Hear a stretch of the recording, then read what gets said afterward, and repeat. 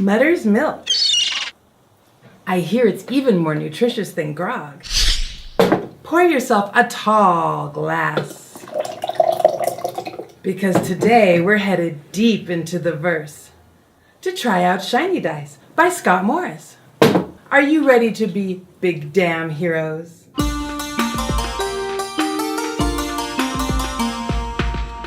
The game comes with 2 playmats, but we're only going to need 1 today. Flying Solo? Isn't he from the other movie? The game does say 1 to 5 players, but most recommend 3 or less, while still others recommend 2 or less. But it's your game. Do as you like. Set up a player screen to hide your hull behind, and then set out the cards by type. The victory point cards come in 2 denominations, and the supply cards come in 3. Also, shuffle the mission cards and pick a first player. That person gets all 15 dice. These dice are a bit larger than others, and there's a lot of them, so they may choke your dice tower. If that's normally your thing. Time to take to the sky. Roll all the dice and put the supplies in the supplies area, and the crew on Serenity. That would be both the brown and the white ones. Correct. Any brown non-supply dice are outlaws, and white non-supply dice are passengers. Next, put the foes in their spaces. There's Niska, Saffron, and Badger. Just line the dice up. These are the bad guys. They do bad things. In the next phase, you may choose to re-roll any of the following dice. Wash, who can also choose to re-roll 1 other crew die, and River, who can also choose to re-roll 1 faux die. Gather up any of these you want, and then roll them. Place the dice in their appropriate areas, and move on.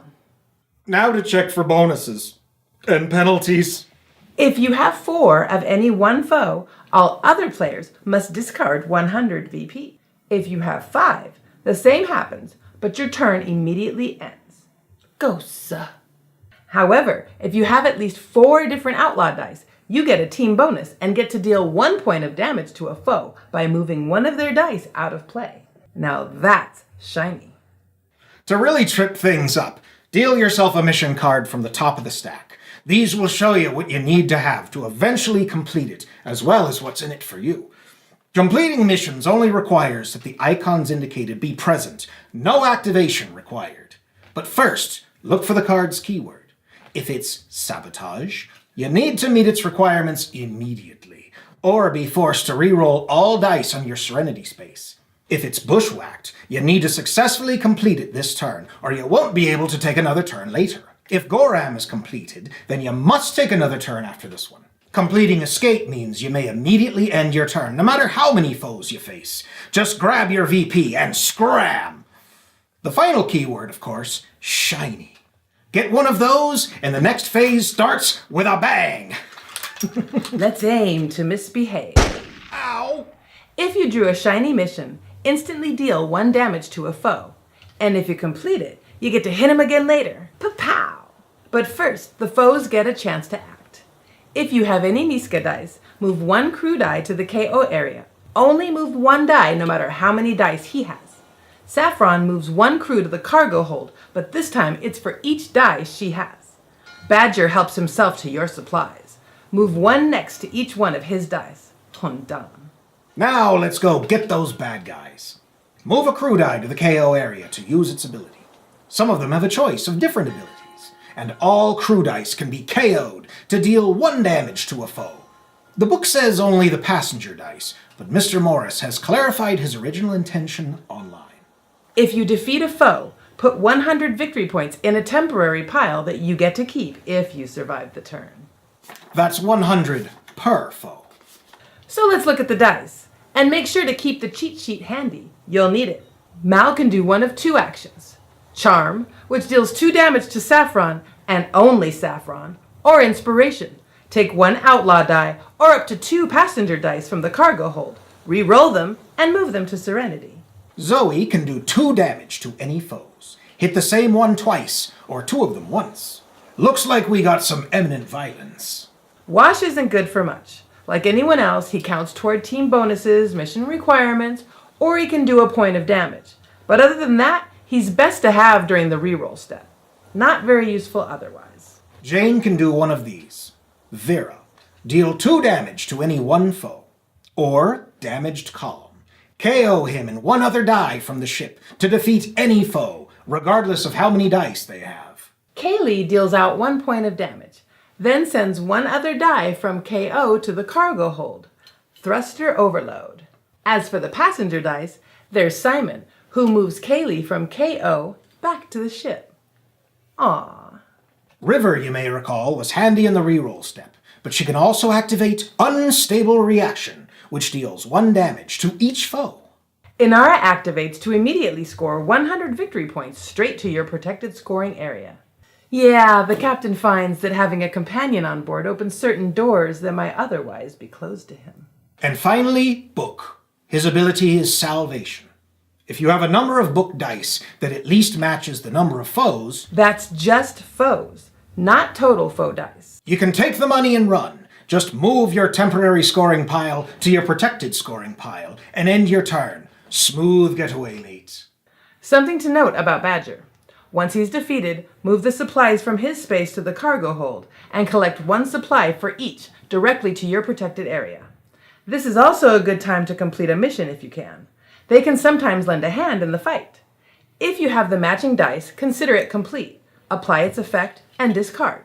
Now, if you manage to clear the bad guys from the board, cash in your cargo in the same way as before. Move the dice to the cargo area and send the cards to the bank. You'll notice the cards come in denominations of 1, 2, or 3. So make change or color up as you like. And now it's time to make a choice. Lay low or keep flying. If you like the look of your victory point haul so far, you can say when. Just move the VP to the bank and pass the dice to the next player.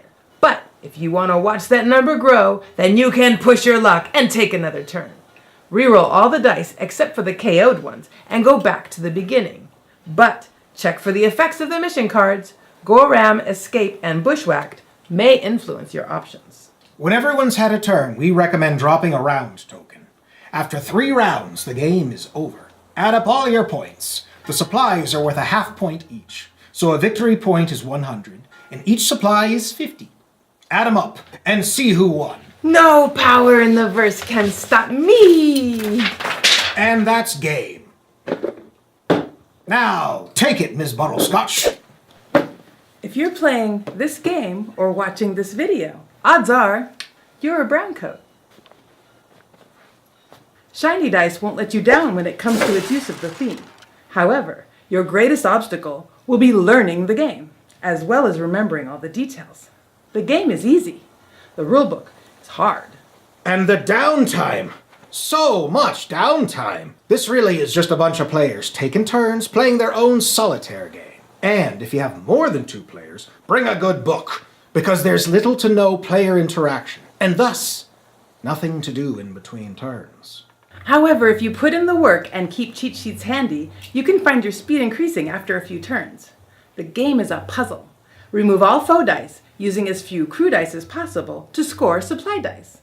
Some dice go together, like locks and keys, which makes it feel self-playing sometimes. But there are also lots of actual decisions to make. If you get a good chain of actions going, it's a very rewarding experience. And the components feel good. Neoprene mats are always nice to have, and the dice are solid. Though not actually as shiny as the name suggests. And they could have made Mal and Zoe's icons a little less similar.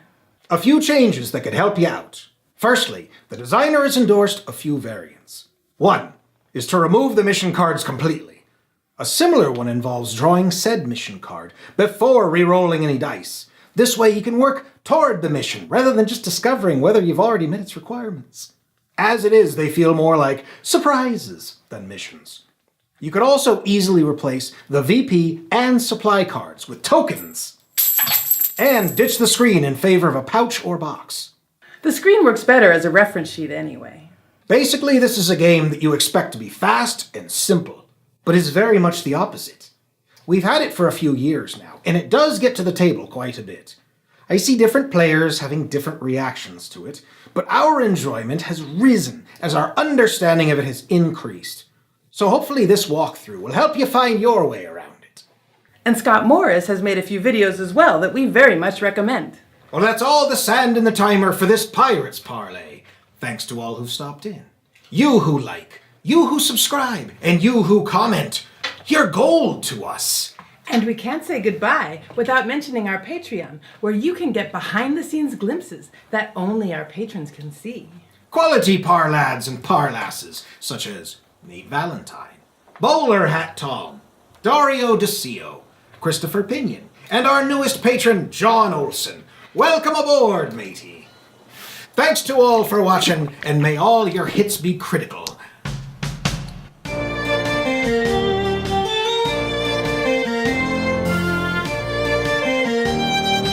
But he won't let me tell anyone.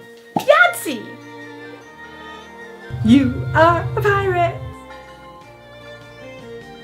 Low rider. You can do as many takes as you like. You're too good.